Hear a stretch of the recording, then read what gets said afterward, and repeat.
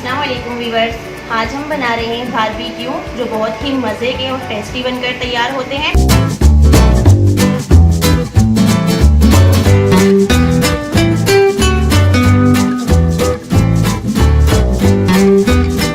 बहुत ही मज़े के और टेस्टी बनकर तैयार होते हैं और ये मैं बहुत ही डिफरेंट तरीके से बनाकर सिखाऊंगी आपको, जो आपने कभी बनाए होंगे ना ही कहीं खाए होंगे।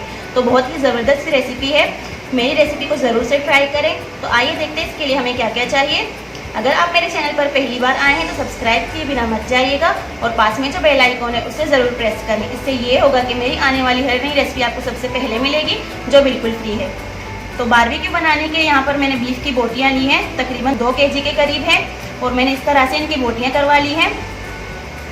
और अदरक लहसुन का पेस्ट लिया है मैंने 2 टेबल स्पून, कच्चे पपीते का पेस्ट लिया है मैंने यहाँ पर 3 टेबल स्पून, और यहाँ पर मेरे पास एक पैकेट है तिक्का मसाला, हम यही पैकेट यूज़ करेंगे, आप कोई सा भी तिक्का मसाला यूज़ कर सकते हैं।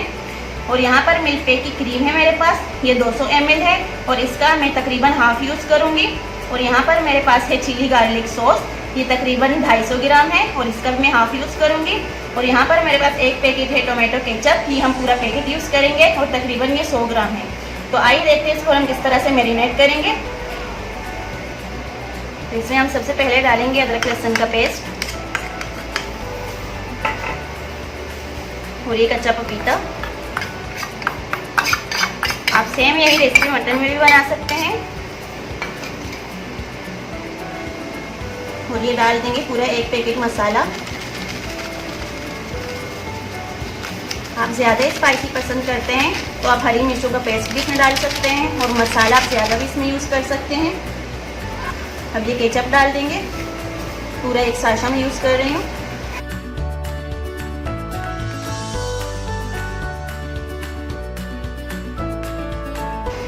और ये क्रीम है, हाफ यूज़ करूँगी ये मैं।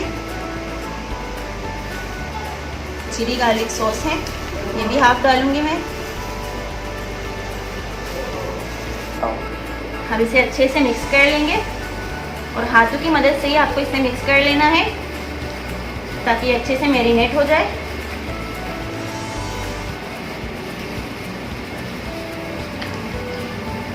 बहुत ही मज़े के बनते हैं, आप ट्राई ज़रूर करें। अभी ईद है तो ईद में हर घर में बारबेक्यू ज़रूर बनता है, आप इस रेसिपी को ज़रूर ट्राई करें।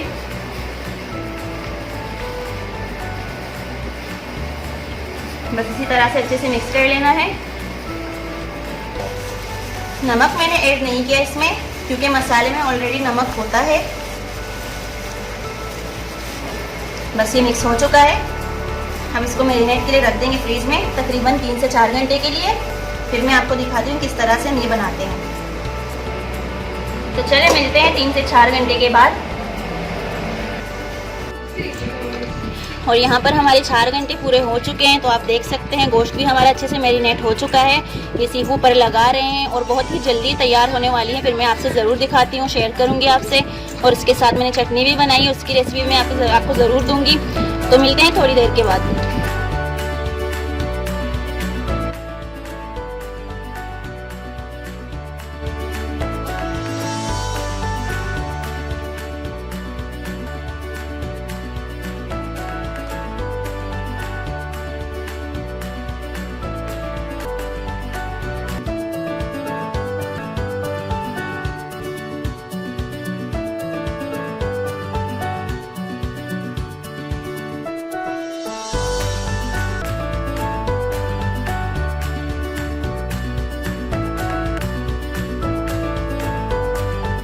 तो तैयार हो चुके हैं हमारे बहुत ही मज़े के बारबेक्यू विद चटनी।